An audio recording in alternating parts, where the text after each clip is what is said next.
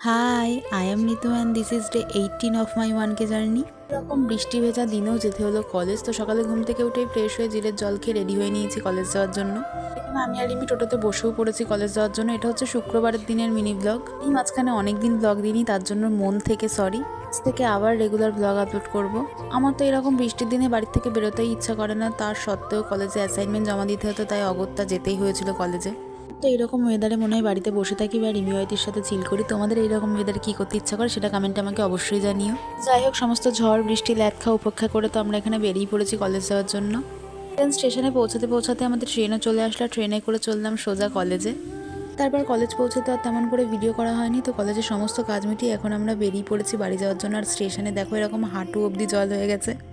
বাড়ি এসে লাঞ্চে খেয়েছিলাম গরম গরম খিচুড়ি। তো আজকের জন্য এইটুকুই। ভিডিওটা ভালো লাগলে অবশ্যই লাইক কমেন্ট শেয়ার করে দিও। এরকম আরও ভিডিওস দেখার জন্য আমার চ্যানেলটাকে সাবস্ক্রাইব করো। বাই।